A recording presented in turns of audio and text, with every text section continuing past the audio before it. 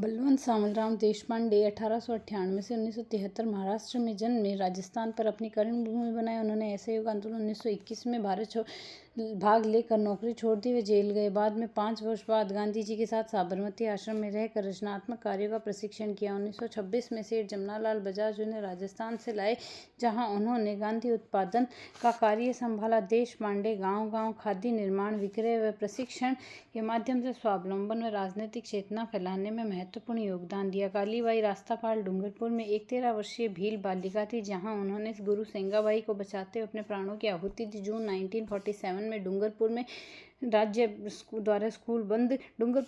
School बंद के विरोध में जब पुलिस ने सेंगाबाई को ट्रक से बांधकर घसीटना शुरू किया तो कालीबाई ने ढर्राती से रस्सी काटकर गुरु को मुक्त कराया। इस दौरान पुलिस ने गोली लगने पर 18 जून 1947 को वे घायल हुई और 20 जून को शहीद हो गई। उनकी स्मृति में रास्तापाल में स्मारक डूंगरपुर में गेप सागर किनारे उनकी मूर्ति लगी हुई है। मूर्ति स्थापित है। नवनीत दास वैष्णव का जन्म 19 अक्टूबर 1917 को प्रसिद्ध स्वतंत्रता सेनानी जग जागरण कवि थे। स्वतंत्रता सेनानी और जग जागरण कवि थे। उन्होंने अपने गीत जागोरे करसान भाइयों के माध्यम से अंग्रेजी शासन के खिलाफ किसानों से चेतना जगाई। गांधी व सुभाष चंद्र बोस से प्रभावित होकर उन्होंने भारत छोड़ो आंदोलन में भाग लिया।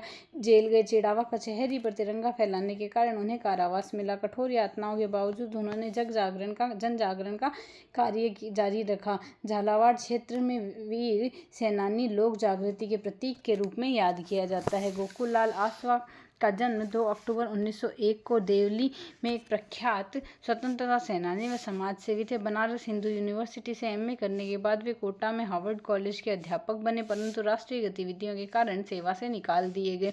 1930 से 32 में उन्होंने 4 बार जेल जाना पड़ा। अजमेर में रहते हुए उन्होंने कांग्रेस के माध्यम से स्वतंत्रता संग्राम में सक्रिय भूमिका निभाई। 1930 से 1946 में मेवाड़ा प्रांतीय कांग्रेस कमेटी के सदस्य थे। 1951 तक राजस्थान प्रदेश कांग्रेस कार्यकारिणी के सदस्य रहे। 1952 में उन्होंने राजनीति से संन्यास ले लिया। माणिक्यलाल वर्मा जन्म 1897 में बिजोलिया स्थान राजस्थान में हुआ।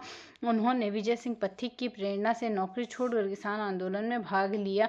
उन्होंने भाषणों व कविताओं से किसानों में जागृति फैलाई व पंछीड़ा बहुत प्रसिद्ध हुआ। 1934 में अजमेर में सेवाश्रम तथा डूंगरपुर के भीलों का उत्थान के लिए पाठशाला खोली। 1938 में मेवाड़ प्रजामंडल की स्थापना में महत्वपूर्ण भूमिका निभाई। नागरिक अधिकारों के लिए संघर्ष किया। उन्होंने कई बार गिरफ्तार किया गया।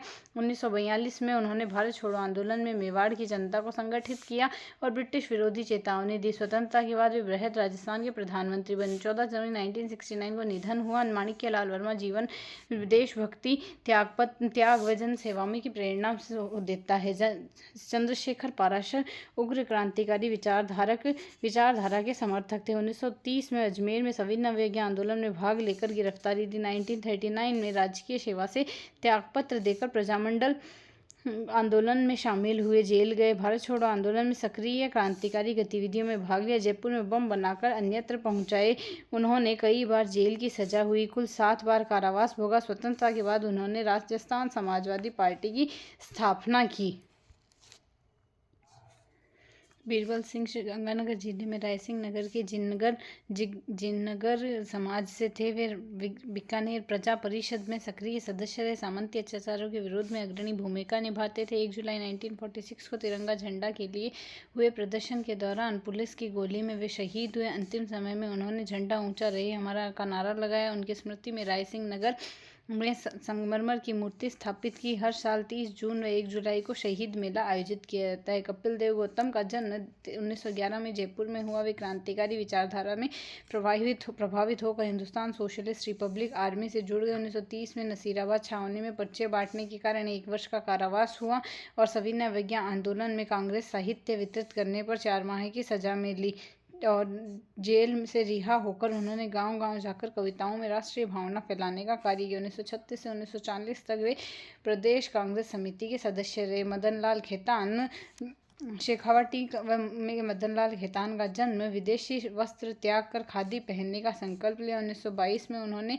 नौकरी छोड़कर कांग्रेस का कार्य शुरू किया। 1925 में कानपुर अधिवेशन में सेठ जमनालाल बजाज से मुलाकात के बाद उन्होंने राजस्थान में खादी आंदोलन को बढ़ावा दिया। वे राजस्थान चरखा संघ के अंतर्गत अमृतसर, जयपुर में खादी उत्पादन केंद्र के प्रभारी बने। वे खादी का प्रसार में महत्वपूर्ण योगदान दिया। जानकीलाल बजाज का जन्म 1893 में जावरा, मध्य प्रदेश में हुआ। उनका विवाह जमनालाल बजाज से हुआ। घूंघट त्याग कर सार्वजनिक जीवन में सक्रिय भूमिका निभाई। नमक सत्याग्रह में जेल गई और महिलाओं की कुरीतियों के खिलाफ संगठित किया। 1933 में उन्होंने अखिल भारतीय मारवाड़ी सम्मेलन की अध्यक्षता की।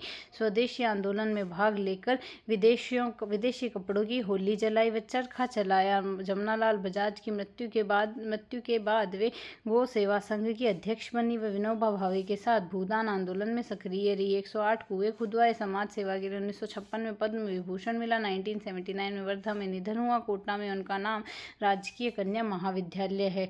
उनके नाम पर राजकीय कन्या महाविद्यालय है।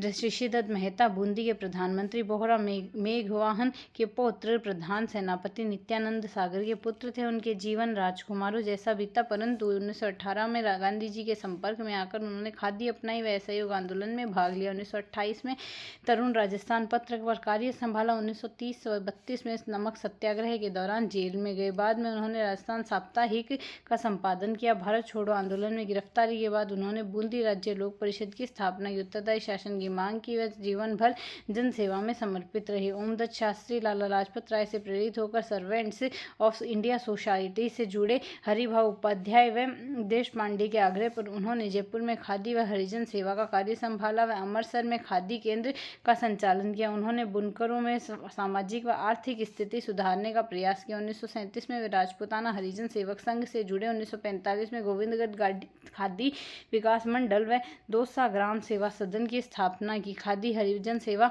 सदन की सेवा क्षेत्र का उनका योगदान उल्लेखनीय। बाबा हरीश चंद्र शास्त्री निमाज ठिकाने के शिक्षक थे। बाद में जयपुर में वकालत में लगे। उन्होंने सामाजिक कुरीतियों का विरोध किया व महिला शिक्षा को प्रोत्साहित किया। जयपुर प्रजामंडल में कार्यकारिणी सदस्य व उपाध्यक्ष थे।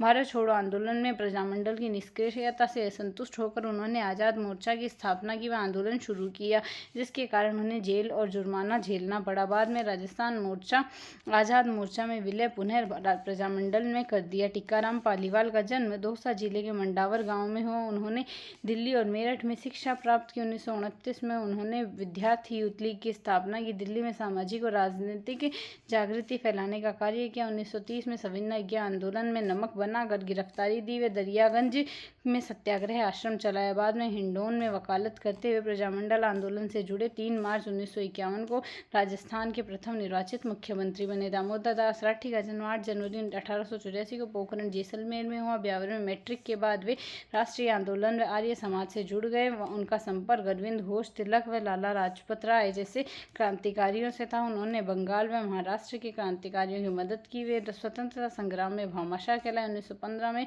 प्रस्तावित सशस्त्र क्रांति में खरवा ठाकुर गोपाल सिंह के साथ सहयोग किया। 1916 में ब्यावर होम रूल लीग की स्थापना व एकता सम्मेलन में राजस्थान का प्रतिनिधित्व किया। हिंदी के विकास में उनका योगदान रहा। मात्र 34 वर्ष की आयु में 2 जनवरी 1918 को उनका निधन हो गया। नैनूराम शर्मा बिजोलिया किसान आंदोलन से प्रभावित होकर थानेदार की नौकरी इन्होंने छोड़ दी। वे विजय सिंह पथिक व रामनारायण चौधरी के संपर्क में आकर राजस्थान सेवा संघ के सदस्य बने। उन्होंने बूंदी व कोटा में किसानों की मांगों का समर्थन किया। बेगार प्रथा के विरोध में जनजागरण किया। किसान ग्रामीण शिक्षा के प्रसार हेतु हाड़ौती शिक्षा मंडल की स्थापना की। अनेक पाठशालाएं चलाई। 1938 में उन्होंने कोटा राज्य प्रजामंडल की स्थापना की व उत्तरदायी शासन की मांग की। 1941 में निमाणा के पास उनकी हत्या कर दी गई। वे जीवन भर रचनात्मक कार्य और राजनीतिक चेतना फैलाने में लगे रहे।